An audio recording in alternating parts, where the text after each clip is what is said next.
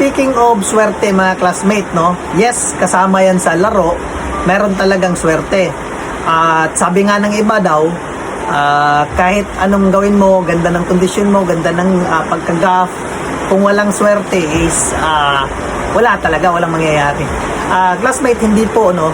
Para sa akin, personal opinion ko, yung swerte po is mangyayari lang yan pag maganda yung pagkahanda, maganda yung pagka-gaff, at magagaling yung alaga natin.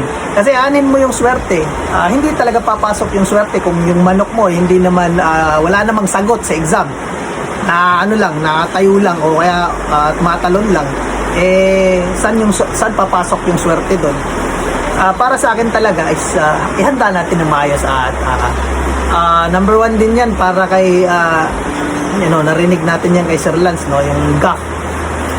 Big factor talaga yung gaff kasi kahit anong galing din ng alaga natin, kung may problema dun sa gaff, wala ring mangyayari. So, yung classmate, observe lang tayo.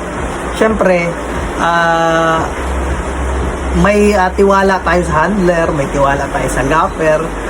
Syempre, pati dun sa sa nagbibitaw ng manok kasi may factor din yung pagbitaw. Ayun po, maraming salamat.